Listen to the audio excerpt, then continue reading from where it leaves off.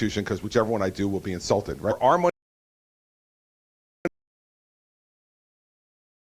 and your money if you went to blank university.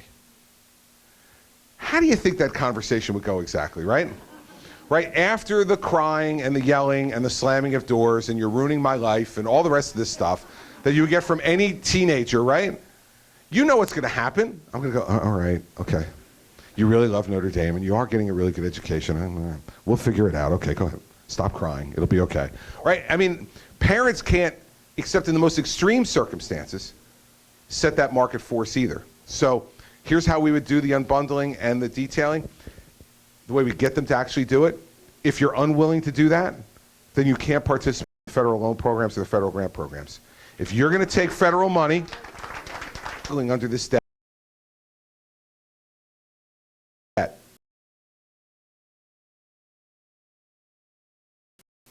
Second part of your question is kind of related to the gentleman's question right before you. I mean, the way we have to create economic opportunity in this country is the way we've always done it, which is to reward both the ingenuity and the work ethic of the American people.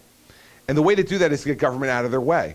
So we need to reform our tax system, which now is really just a Trojan horse for every special interest in America, except for the people who pay most of the bills, who don't have lobbyists in Washington, D.C. So I say let's get rid of all those deductions and all those special interest loopholes except for two. Let's keep the home mortgage interest deduction and let's keep the charitable contribution deduction. And other than that, the rest of them got to go. You might like some of them. I might like some of them. But then in return, we lower rates, top rate 28%, only 3 rates, make the bottom rate 8%, and you can here's how much I paid in interest, here's how much I can donate to charity, there's the bottom line, multiply times one of those 3 brackets, whichever one you fit in, send your check and be done. My father, the CPA, does not like that, by the way. I think that's a bad idea. We need to do the same thing on the corporate side. We have the highest business tax rate in the world at 35%. Why are businesses keeping $2 trillion, American businesses keeping $2 trillion offshore? Because they don't want to pay tax again when they bring it in here at 35%. And most other countries don't tax it twice. If you pay tax in the country where you make it, you don't pay tax on it, the same thing again in your home country. We do that. So does North Korea. I don't think we should necessarily be aligning ourselves with North Korean economic policies. It doesn't seem to be working well for them. Let's bring that rate, get rid of a lot of those special interest loopholes and deductions, bring the rate down to 25% from 35%. That will put us in states. We offer a lot of other advantages, but we be competitive. All these things, and let's do one more thing on the tax side. Let's give them a chance to repatriate that money back into the United States, that $2 trillion, and let's tax it at 8.75% one time. Because right now, 35% of zero is zero. They're not bringing it back. 8.75% of $2 trillion is a lot of money that the government, I think, could use to invest in rebuilding the infrastructure in this country, our roads, our bridges, our mass transit system. And it would be smart to get that money back in to have it reinvested in jobs. Last bit is regulatory. I mentioned it before, 81,000 new pages of regulation just in 2014. The most ever by any administration in 1 year. The President's own Small Business Administration says that the cost of federal regulation now on small businesses, like this one, are $10,000 per employee. So why aren't people creating jobs? They're not creating jobs because they can't afford to create jobs. They simply can't afford to create jobs, and they don't want to give in to the government's ability to continue to regulate them more and more. So I would do the same thing I did as governor of New Jersey. Executive order number 1 would be to freeze any new regulation from any department or agency for 90 days.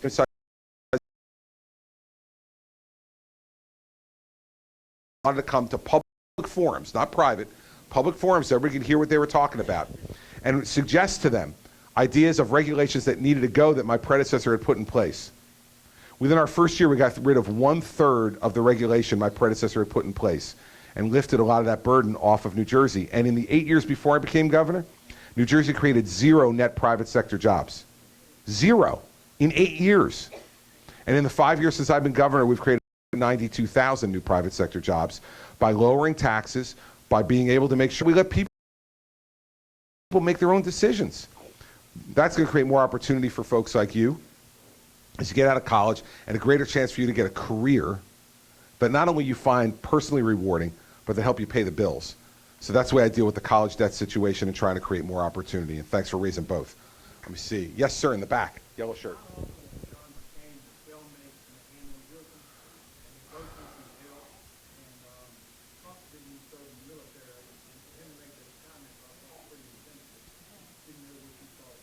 Well, this is about Mr. Trump's remarks regarding Senator McCain over the weekend. So you may have heard Mr. Trump said that someone who's captured is not really a hero, that he likes to hang out with people. He said before, I am through commenting on the things that Donald Trump says. Right? So I'll just say this, though, and this is what I sent out on Saturday. I said, I know John McCain. John McCain is an American hero, period. Stop. That's it. Yes, ma'am. We talked about higher education. My concern, because I'm a grandmother, pre-K through high school, we have to educate our children so they'll be able to go to these institutions. Would you speak about education for pre-K through 12th grade? Sure. We have a pretty robust pre-K program in New Jersey, especially in our urban areas, because we found that it really helps in getting kids to understand. If you saw in the last week, Hillary Clinton was already endorsed by the American Federation of Teachers. Now it's 16 months prior to the election. The Republican nominee is not even known yet. The Democratic nominee is not even known yet. Yet the American Federation of Teachers has already endorsed Hillary Clinton. Let me guarantee you something. They're going to get what they're paying for. They'll be the biggest financial supporters of Hillary Clinton in this race. And what they want is a system which we have now, which is built for the comfort of adults and not for developing the potential of children. Because if we were caring about that, right now, we're 24th in the industrialized world in math and 27th in science. There is no way we can remain the #1 economic power in the world with the 24th rated students in math and the 27th rated students in science.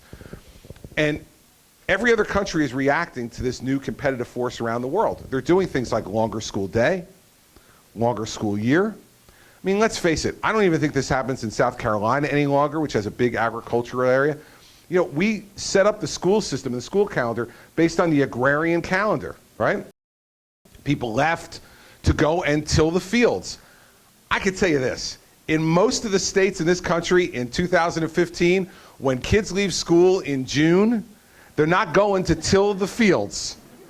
I know. They're going to summer camp. They're going to all different kinds of other things that they do over the summer. God bless them. This is the part of the speech that my kids hate. I don't think he's liking it too much either from the look on his face. It's doing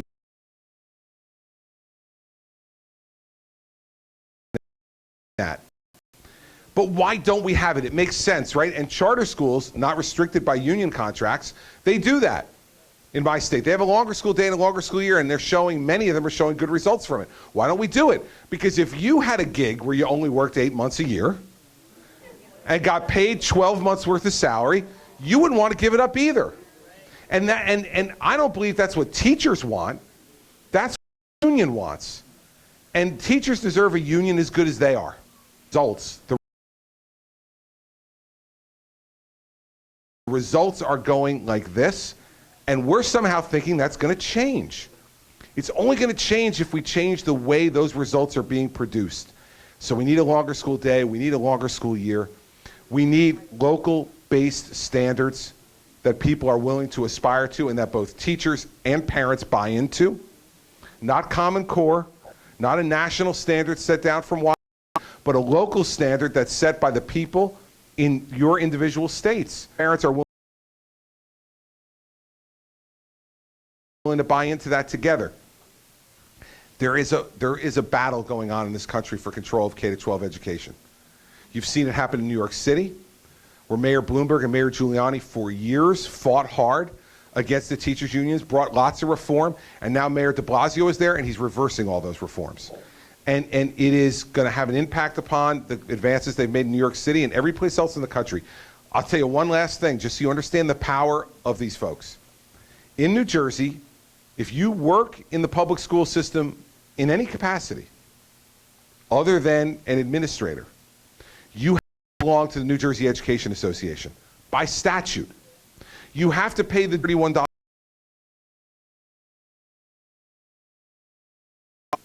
In dues for each member. By the way, it's not entirely true. You can opt out, but if you opt out, you have to pay 85% of the $731. It's called a representation fee. That's by law too. So, you know, being in the teachers union in New Jersey, for those of us who remember the 1970s, is like being in the Hotel California, right? You can check out anytime you like, but you can never leave. So think about this. We have 200,000 members of the teachers union by law in the state. Do the math.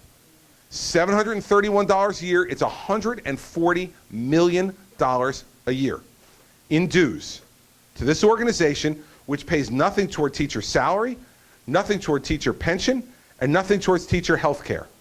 It is a $140 million slush fund to reward their friends and to punish their enemies. And take my word for it, they punish their enemies. They spent, not in the election in 2009 or 2013, but in my time as governor in between non-election years, they spent $20 million on negative TV and radio ads against me.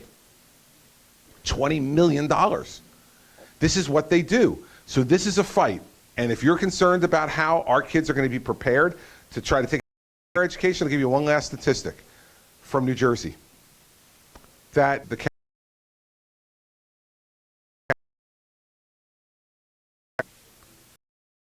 90% of the high school graduates who went to community college needed remedial training before they could take college classes. Now, these are kids with a degree. Now, 50% of the kids who started high school in the 9th grade didn't graduate. But of the 50% who did graduate, 90% of them needed remedial training when they went to community college to get a degree, to even sit in the classroom. There's a crisis in K-12 education in our country, and we need to deal with it, and we need to deal with it aggressively, because I believe teachers get into this because they love kids and they want to teach them and make them better. And they are restricted by union rules that they cannot fight, that statutes force them to comply with, that are hurting our kids and hurting our long-term future and growth as a country. And as president, you need to be speaking out against that and taking the shots that come back. Because we got to stand up for our kids in this country. We can no longer stand up for the comfort of adults. It has to be about the potential of our children, because that's the future of our country. Thanks.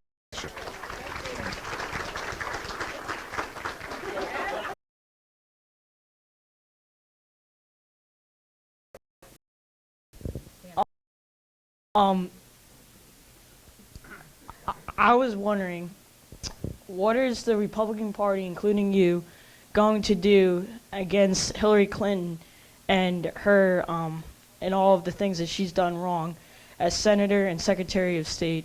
And I was wondering, when is the Republican Party going to unite against her? Well, I'll answer the second part first. We'll unite once we get down from 16 candidates to 1. That's probably the first thing. And listen, this is good for our party, I think. I think it's good to have a big, robust primary where everybody gets tested. And you know, I really believe it's a good thing, and it shows how vital our party is, that we've got lots of people who want to be president and are willing to come out here and fight for it. Because believe me, this is a lot of work. And if people didn't really believe in themselves and believe in the future of the country, they wouldn't do it.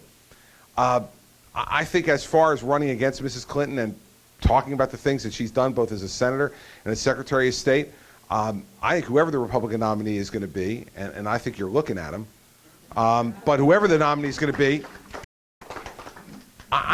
you could be worried about a lot of things. I'd blunt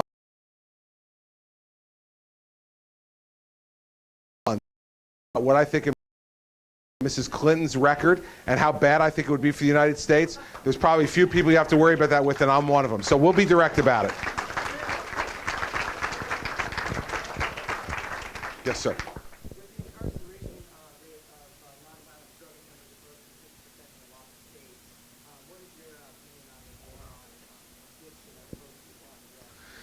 His question was, with the incarceration rate of nonviolent drug offenders in the country at 50%, what's my opinion on the war on drugs versus the war on addiction?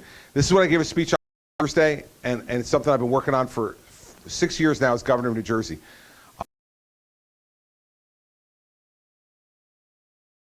Now listen, it was well-intentioned when it started in the early 1980s. And all the things that we did to try to increase incarceration and get tough on it and all the rest of it seemed like a good idea at the time. And I was one of those people at the time. I was a college student at the time. I thought, this isn't a bad idea. Let's try this. It's a bad idea. When you have 50% of the population in this country incarcerated for nonviolent drug offenses, that means they're not dealers.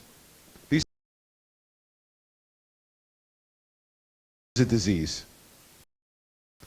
And we have the tools to be able to deal with this disease and deal with the demand side of things by giving people treatment.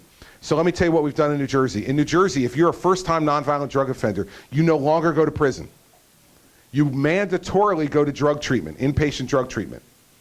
And let's put aside the human side of this. It costs $49,000 a year to incarcerate someone in New Jersey. It costs $24,000 a year to give them inpatient drug treatment.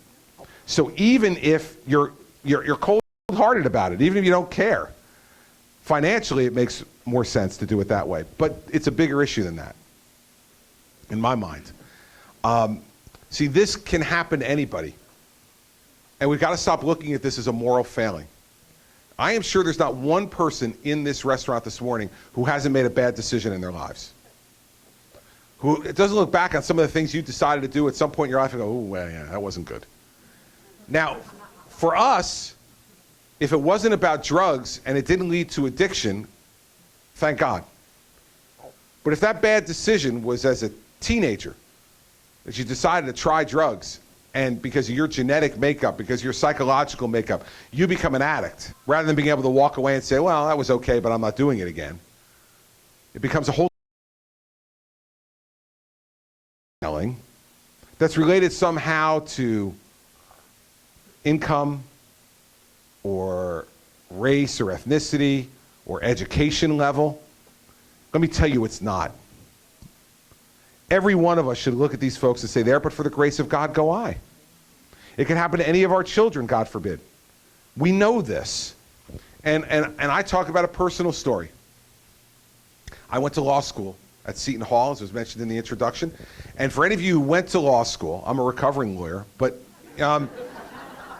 it's 14 years now, I'm recovering, I'm very proud of it. But you get a group of friends around you who are your study group in your first year of law school. And these are the people that see you at your most vulnerable, at your worst, when you're scared to death, you don't know whether you're going to be able to get through all this, and you study together and you work together. One of the guys in my study group was the smartest of all of us. And unfortunately for us, he was also the best looking of all of us. He became one of the editors of Law Review. He was the first one to get a job out of law school. He got a job at one of the biggest. He was the first one among us to become partner. He married an incredibly beautiful woman.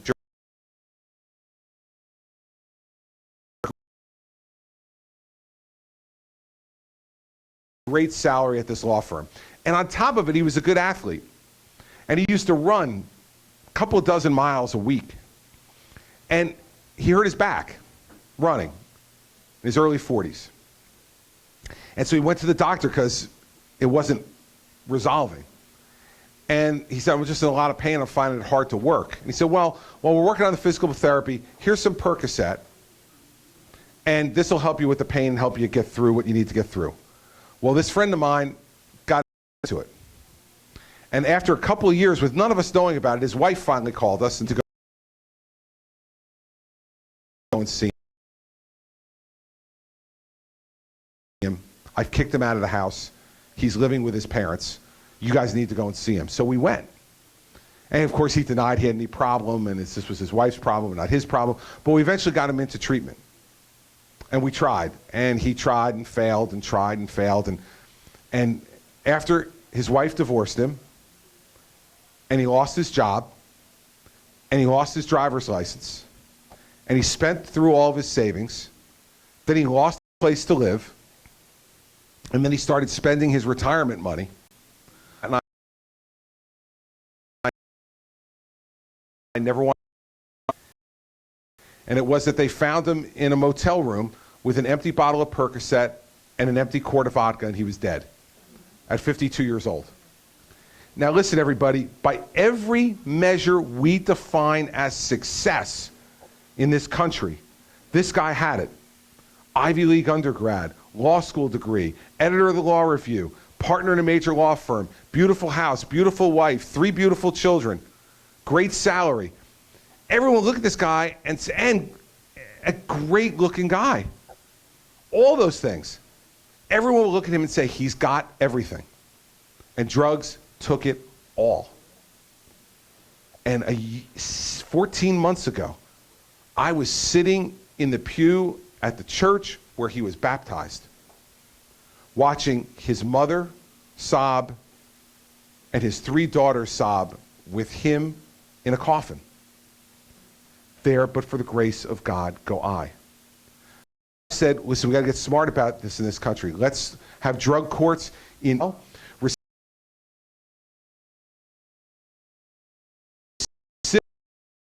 on drug users who don't go to drug court are 58% in this country. They reoffend, 58% of them.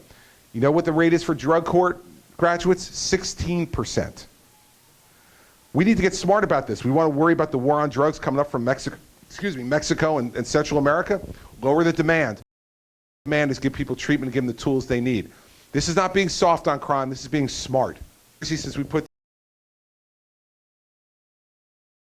these type of policies in place, our prison population in New Jersey is down 31%. 31%. We may be in a position in the next year to close a state prison while other states are building new ones. And that's got to be better for our society because we have the jail cells there for the violent sociopaths who need to be put in jail and kept there, who make our streets dangerous, the drug dealers who sell this poison to our citizens. People who are addicts, who have a disease, we need to treat them. And that's what I think we need to do in this country because we now have 25% of the world's prison population is in the United States. We need to try something different. All right, I could take 2 more questions, they tell me, and then they're going to kick me out of skillets. All right. Yes, sir, in the back. $1 trillion of U.S. federal debt that has just gotten completely out of control. Yes, the $19 trillion of U.S. federal debt. It is an extraordinary thing that has been added to by every president in recent times, no more aggressively than this president. There's only 2 ways to deal with it, right? It's to reduce and control spending and then to get economic growth. You're not going to cut your way into eliminating that debt. There's simply not enough money you could cut. You have to grow this economy. You have to work from both ends and be disciplined. You have to be disciplined to keep government spending where it is now and not let it grow. You can reapportion it, and I would change the way we spend this money, but we shouldn't increase it, and we should get putting that debt off. Scary thing about $19 trillion in debt, besides the fact that none of us can even imagine how much that really is that we're at like 0% interest rates right now. When interest rates start to go back up, which they inevitably will, it will eat us alive. The payment on our debt will eat us alive. And we need to address this, and that's why I'm talking about entitlement reform. The entitlement reform that I put forward would save one need to do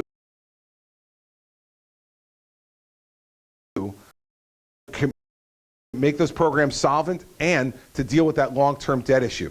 And I will tell you, as governor of New Jersey, I have a little bit of experience in this on a much smaller scale, but difficult. When I became governor, we had an $11 billion budget deficit on a $29 billion budget. $11 billion deficit on a $29 billion budget. And that was after increasing taxes 115 times in the 8 years before I became governor. So this idea that the more you raise taxes, the more you can balance the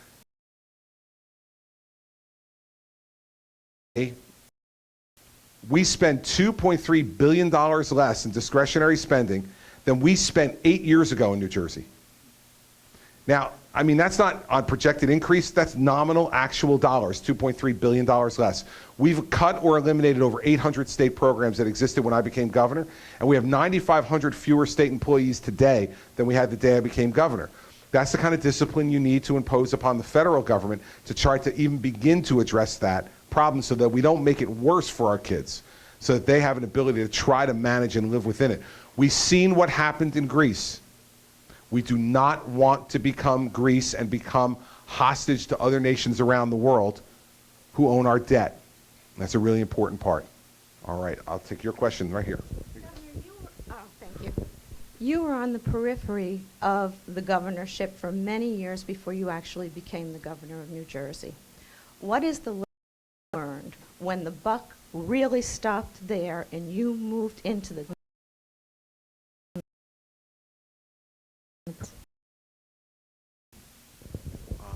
You're right. By being on the periphery of the governorship for 7 years as the U.S. attorney, what that meant was that I was prosecuting politicians all across New Jersey for 7 years. We got 130 convictions of both Republicans and Democrats in the 7 years I was U.S. attorney without losing one case in political corruption.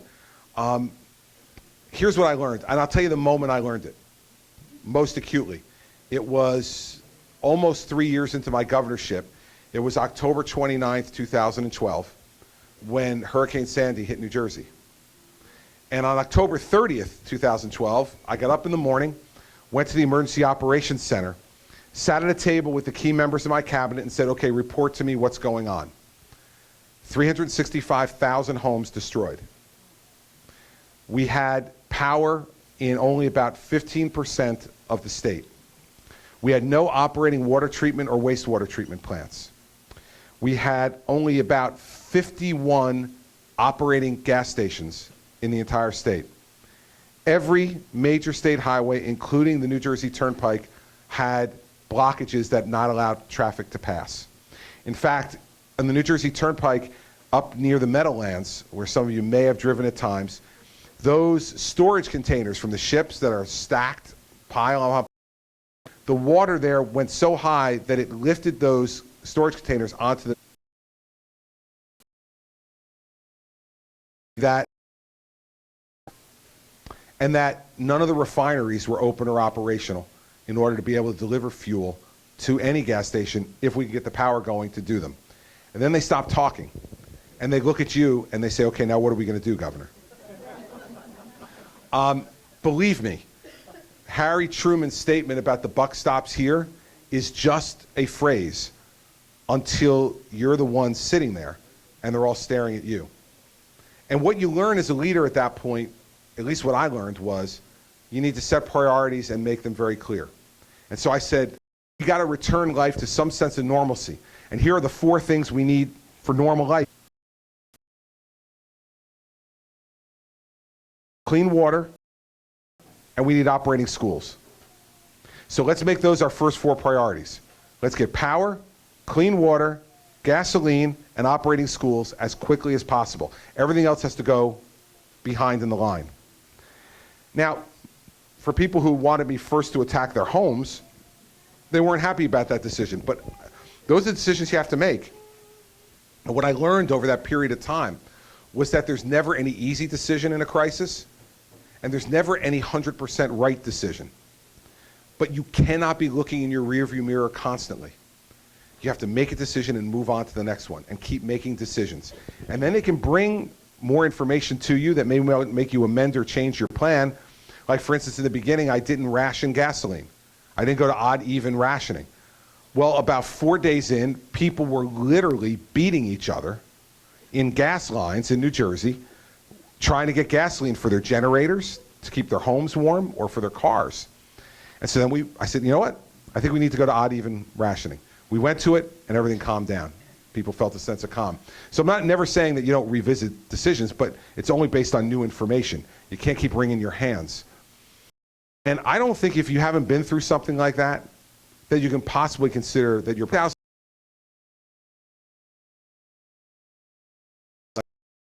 as some of you may recall, who were urging me to run for president in 2011. All across this country, I had people saying you need to run for president. And I said in September 2011, I'm not running for president because I'm not ready. I know in my heart I wasn't ready to be president of the United States. And I think the only thing worse than running for president and losing is running for president and winning when you're not ready. Because when you walk into that Oval Office for the first time, you better believe in your heart you're ready. Because if you don't, you're not only doing yourself a disservice, but much more importantly, you're doing the American people a disservice and the people of the world who count on the President of the United States to lead. And so if there was just one instance that contributed mightily to me managing the aftermath of Hurricane Sandy, dealing with my people, 1,000 homes destroyed, destroyed. You know, you're not putting on your Republican sweatshirt and saying, hey, listen, I don't want any help from anybody else. You'll take help from anyone to help your people. And that's what I did. I took an oath of office and always will. I'm a loyal Republican. I love my party. I love what we stand for, but I love my country more. And when you take an oath of office, your oath of office is to the people that elected you and who you serve. And that's the way I am as governor, and that's the way I will be as president of the United States. And I believe the experiences I've now had in a very difficult state to govern, especially for a Republican. Remember, 750,000 more Democrats than Republicans.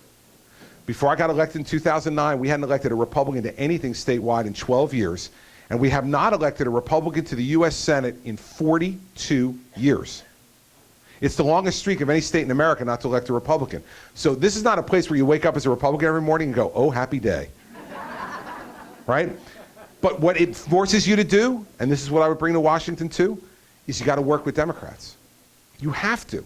Now, you don't compromise your principles, but you find areas to compromise that don't violate your principles. Ronald Reagan did it with Tip O'Neill over and over again during his presidency. And we need to get back to that because our country was built on compromise between the northern states and the southern states, between the big states and the small states, between the ones that wanted a strong federal government and the one that wanted strong states. They all compromised to build our country. They would roll in their grave seeing the awful conduct of people in Washington, D.C. right now. Not talking to, and this is both sides, not talking founders.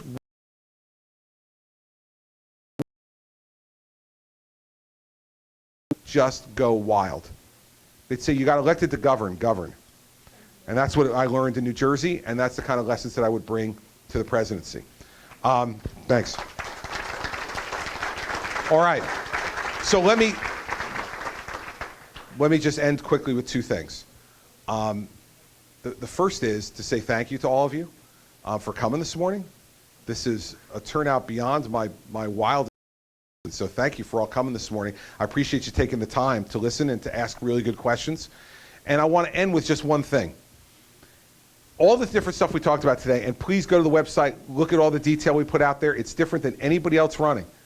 We have put out specific detail on all those big issues that we just talked about here and some that we didn't get a chance to talk about. Go see them because you don't want to buy a bumper sticker like you did 7 years ago. The country bought a bumper sticker 7 years ago. We didn't know what hope and change meant. Now we do.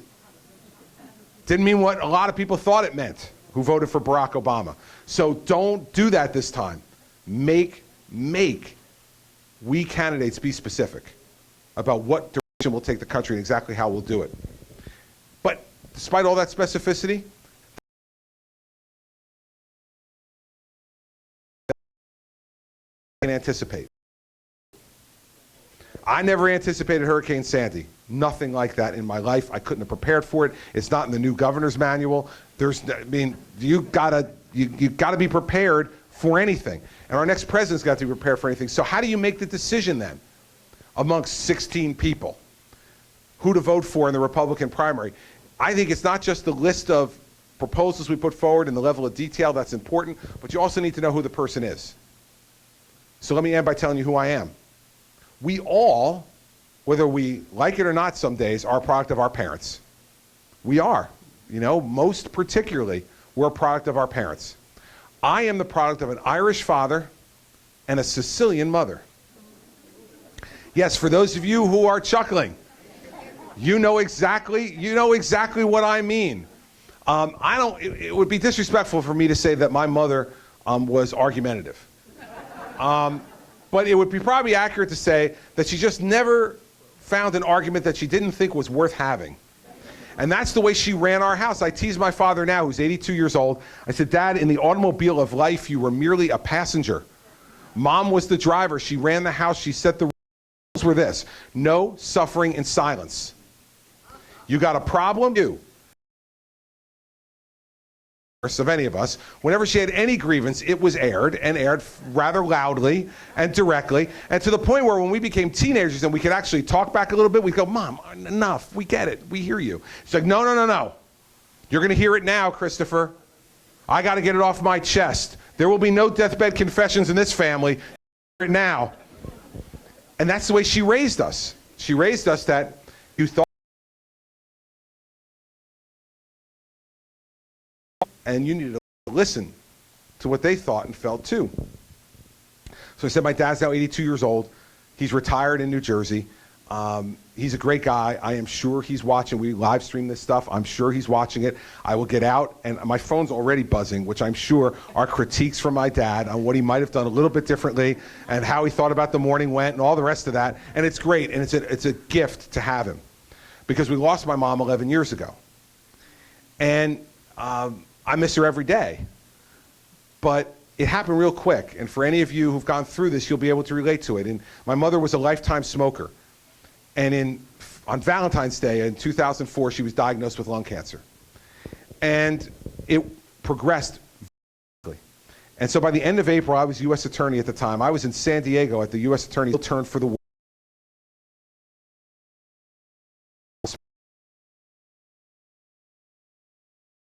hospital. And if you want to see her, I think you need to get home now. So I took the red-eye flight home from San Diego that night. I flew home. I got back to Newark Airport. I got in the car. I drove to the hospital, and I got to my mother's hospital bed. And for those who've been through this, you know they started to give her morphine, which you know for a cancer patient is really they're trying to manage the pain at the end, that the end is imminent. So she was kind of in and out of things because she was on this morphine. So I just sat there for a while waiting for her to wake up. Now, she hadn't seen me for a week. So she woke up, and it was typical of my mother, right? She looked at me, she goes, not hello, or how are you, or how's your week, or what are you doing here? She said, what day is it? And I said, it's Friday, Mom. I said, what time is it? I said, it's 9:30 in the morning. I remember I was gone. I came home from San Diego because I wanted to see you. So I'm taking the day off today. I'm going to spend today with you. And she said, Christopher, it is a work day. Go to work. I'm like, Mom, what are you afraid of not getting your taxpayers' money's worth? I mean, what are you worried about here? I'll make up the time. I said, let's just spend this time together. And she reached over, she grabbed my hand, she said, Christopher, go to work. It's where you belong. There is nothing left unsaid between us. It was the most powerful moment, other than the birth of children, in my life. Because she knew she was dying, and she was given. No, I sat there after she said that, and I thought, she's right. And she was right because of the way she had raised us our whole lives. She said no deathbed confessions. She was right. Every grievance had been aired on each side. And I knew how much she loved me. And she already knew how much I loved her. I didn't need to say it again. So I just got up and I kissed her on the forehead. I said, I love you, Mom. I'm going to work. And she said, good, go to work. I left. That afternoon, she went into a coma, and she died 3 days later. It was the last conversation I had with her. But as probably the most psychoanalyzed politician on the national, or now maybe after Mr. Trump, the second most, say them. Why do you do this that you do and the way you do them? It's her. It's her. That's the way she raised me. And so if my mom were still alive today and she saw this circus that my life has become, I know she'd say lots of things, but I know there'd be two things she'd say for sure. First, she would say to me, oh, okay, so you're running for president of the United States, huh? Mr. Big Shot. Remember, don't be a big shot with me. I changed your diaper. I know who you are. She would want me to keep my feet on the ground. She would want me to still be myself. And the second thing she would say to me is, if you're really going to ask these people for their vote, if you're going to ask them for the most trust they can bestow on anyone outside their family by giving you their vote for President of the United States, you better tell them exactly what you feel, Chris, because that's what we do in trusting relationships. That's what lots of different proposals I'll make, and I believe in them or I wouldn't say them. But there's 4 things that I will absolutely promise you if I become president. You'll never have to wonder what I'm thinking. You'll never have to wonder what I'm feeling. You'll never have to wonder what I'm willing to fight for. And you'll never have to wonder how hard I'm willing to fight for it. Those are the things that my mother taught me. And they're the things who made me the person I am today, good or bad, right or wrong on any particular day. And I think that's really important for you to know about who the next president is.